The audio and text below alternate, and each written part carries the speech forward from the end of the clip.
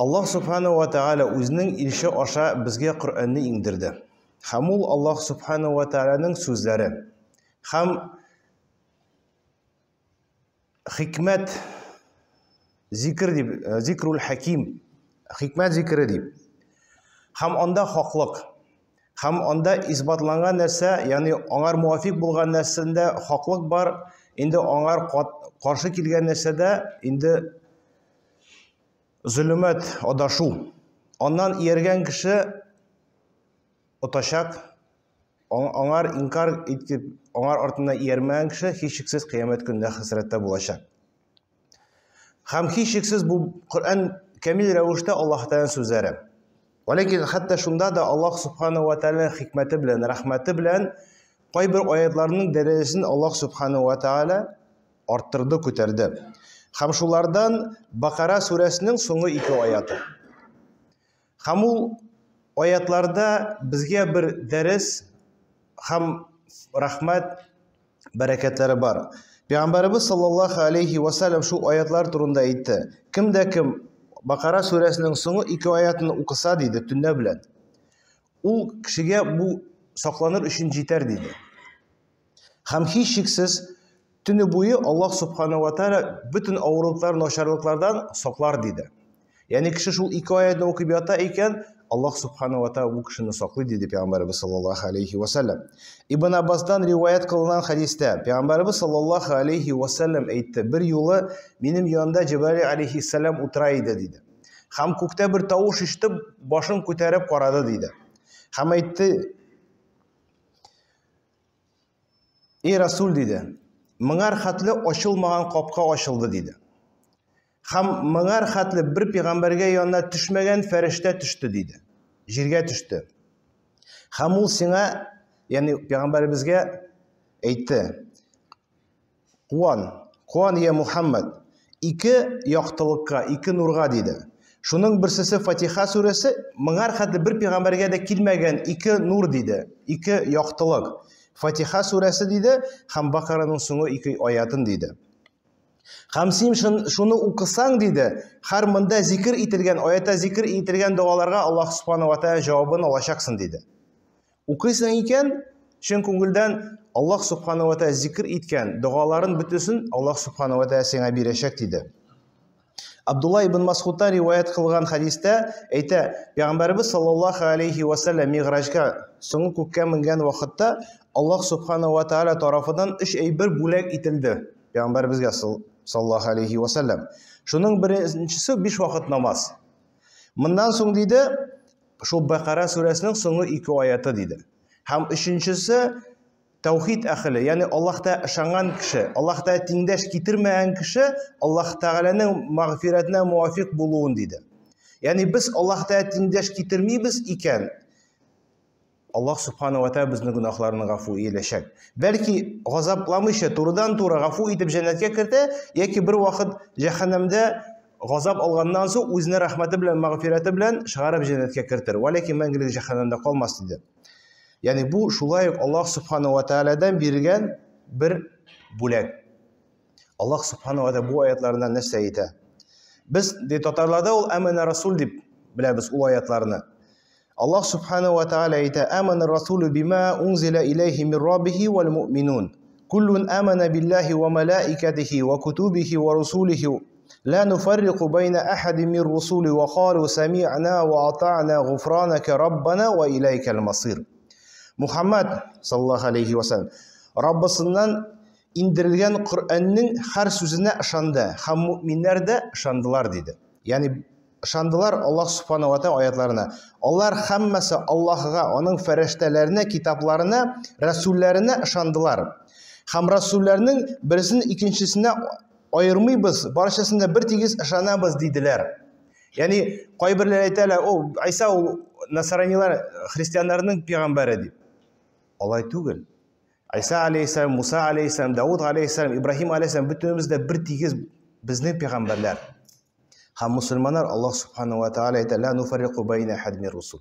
Yani peygamberler aşağı birisinde ayırmıyorlar, bir tigiz itip görerler dedi. Hem Allah subhanahu wa ta'ala bunun turuna zikir etti. Şunun için biz aytırga tiyiş değil, bu İsa aleyhisselam bizning peygamber değil deb. Onlar bütünüsü bizning peygamberler. Onlar bütünüsü Allah subhanahu wa ta'ala en hayırlı bendelerden saylab alıp Allah subhanahu wa ta'ala kişilerge jiberdi.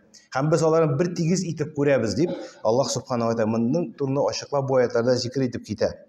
Ve aytdilar, biz Allah sözlerin işittik hem buysunduk. Sami'na ve ata'na.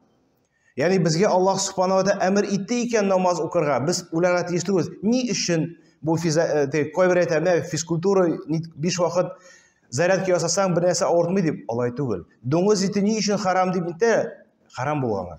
Sami'na va ata'na. Biz eshitdik da bo'ysundik, so'ramadik. Bani Isroil kubuk nindi sıyır, sarımol, qizilmol, zo'rmol, balakaymi deb so'rov bermaymiz.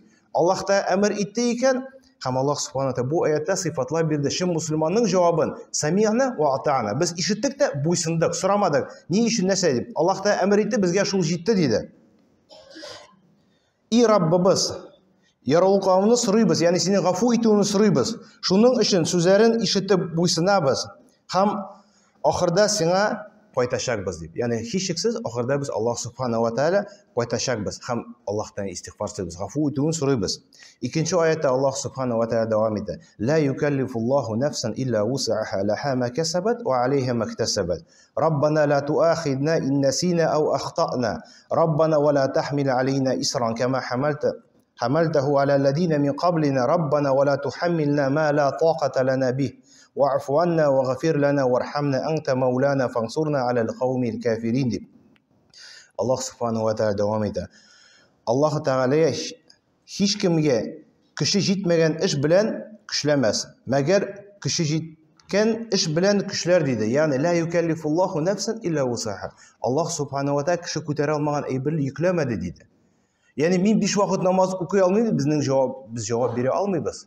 Alloh subhanahu va taolo buni amr etdi ekan, faraz qildi ekan, ya'ni bizning bu ibrni qilaro kishimiz bor. Biz ayta olmaymiz, mendan kuchdan qo'limdan kelmaydi deb.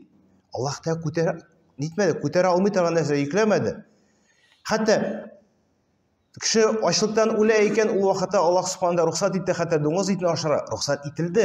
Chunki Alloh taolo kishi ko'tara olmay turgan narsa yuklamadi. Ya'ni og'irlik kelar ekan, shug'ul yo'ldan Alloh subhanahu va taolo berdi. Ham bu javob kimga aytadi?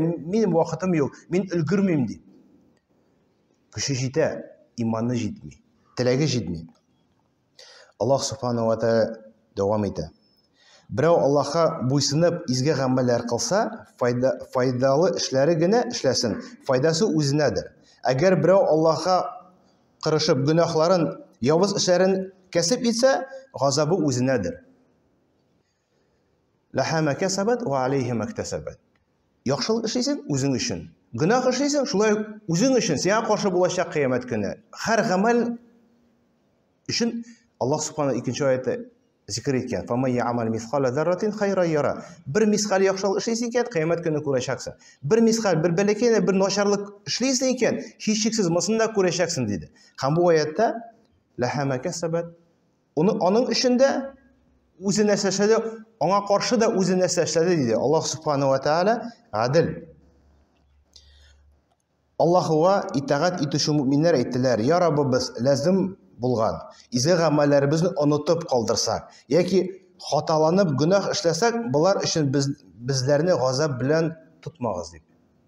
Ya'ni biz duo qilamiz. Ya'ni Alloh subhanahu bu oyatda bizni o'rgatadi, biz nechuk duo qilaramiz. Alloh subhanahu: "Ya Robbi, unutib qolib bir gunohimiz qolsa yoki xatolan bir gunoh qildik ekan, bir namozni unutib qoldirdik ekan, bizni buning uchun g'azablama" deb duo qilar. Alloh subhanahu bizni o'rgatadi.